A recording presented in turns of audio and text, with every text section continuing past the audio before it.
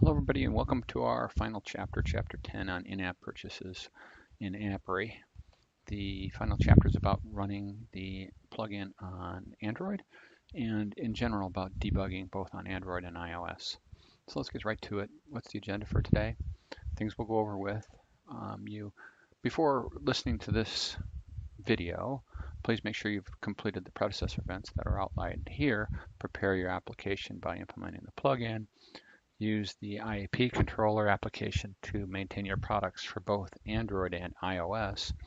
And make sure you've listened to Chapter 9, Setting Up IAP for Android. You've watched that and you've completed all the steps. Especially important are the steps on the Android store to make sure that you have test users set up and logins in both places that you need to have them and enabled them for testing. Okay, provided you've done that, we're going to go over using our app.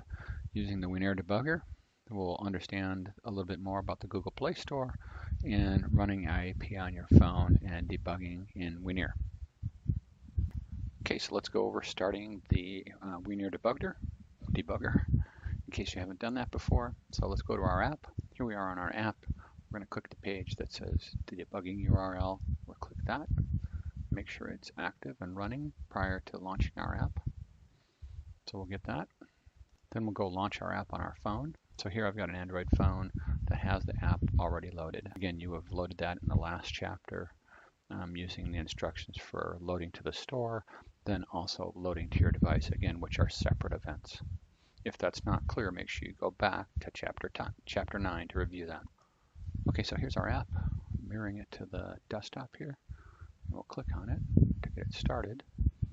And the app should start in the background. Okay, so this is our plugin. Again, your app's going to be different. However, the plugin is sandwiched between a login page and your home page to give you a little review of what's happened in the past. You'll click whatever you use to log in on your home page, which I'm going to click here. Let's go over the debugger session and make sure we're clear on that, what's happening there. So back over here, I'm going to click login. We'll take a look at what's going on the console at the same time. And here we go. So some important things that are happening in the background as the application loads. And let's take a look at those so that when you run yours, you're clear on exactly what's happening. So the first very important thing to check in your log is to make sure that you actually have configured the product using our console correctly.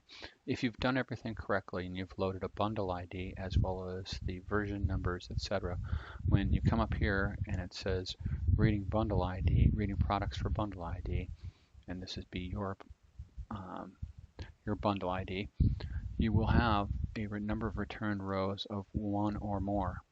If you see 0 rows returned here, you have a problem with not loading the in-app purchase customer console correctly with your bundle ID and build information and or store information.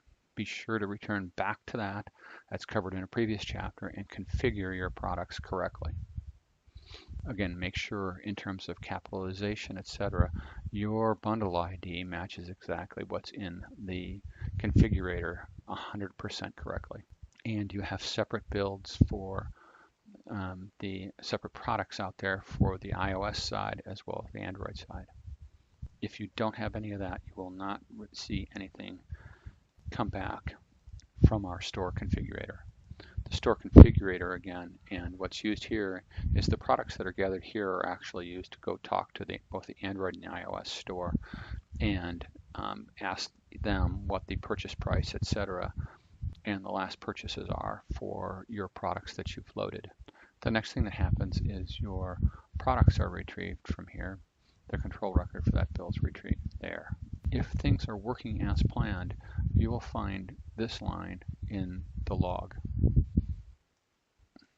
A log that essentially says the plugin has loaded your product, and you will see valid subscriptions here or valid product IDs. If you do not see valid here, plugin loaded, again, you have specified products in this configurator where the product IDs, like this one right here, do not match what's been loaded in either the Apple Store or the Google Play Store. Again, the names that have been loaded to our configurator must match 100% with the product IDs that have been loaded on the store by yourself. So if things go well the first time, which is very unusual, your application will return to the home screen like this, or your home screen that you've told the configurator about. So going back to the store, if things are working well, again, we'll go back to inside the app. I'm actually working on my Android device. You should have a screen that lists your products here, looks whether you have a trial loaded and or a subscription that you've loaded. In both cases, and at this point in time, I have a valid subscription and a valid trial period. Again, for testing, we assume you should keep the trial period very short. Again, you can change the trial periods on the fly using the configurator. So you can change the trial period from a day to 30 days. So while you're testing, you can make the trial period equal to a portion of a day or a full day, or however long you would like it. And then your subscriptions. So here's where we get into some specifics about the Google Play Store, which is the second topic on our agenda, understanding the Google Play Store. On the Google Play Store, all subscriptions are valid for 1 day, regardless of they are 1 day, a 1 month, a 1 year, 2 weeks, etc. They're all valid when you're testing for 1 day. You can, of course, cancel a subscription on the Google Play Store prior to its renewing, and potentially you would like to test that functionality. However, when you cancel, the Google Play Store gives you the day of cancellation as a grace period. So cancellations do not take effect immediately. So it's 6 p.m. roughly right now in my time zone. If I go cancel my subscription, which we can do in the Google Play Store, it will still be valid until tomorrow at this time.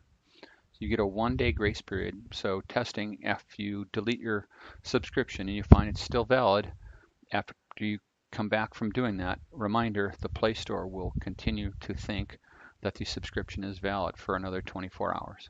Also, if you get issues when you're purchasing on the Play Store, most of the issues can be traced to one of three things. Number one, not having the name of your in-app purchase correct on either place in our configurator or in their store. Number two, you haven't fully readied your product and your application for distribution, and it doesn't say ready.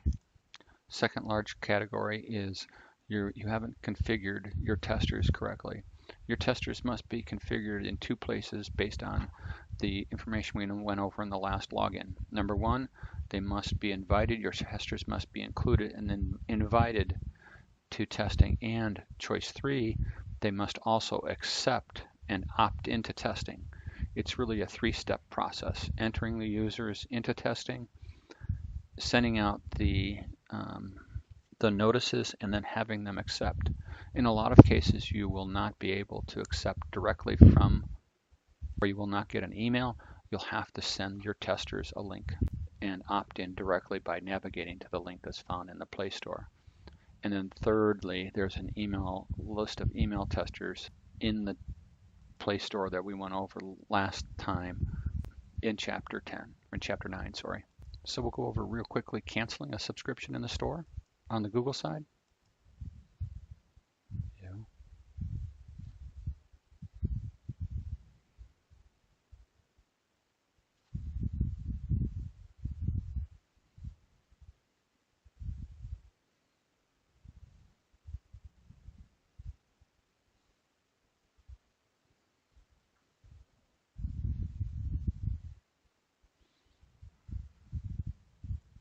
And then you can also cancel it from here as well.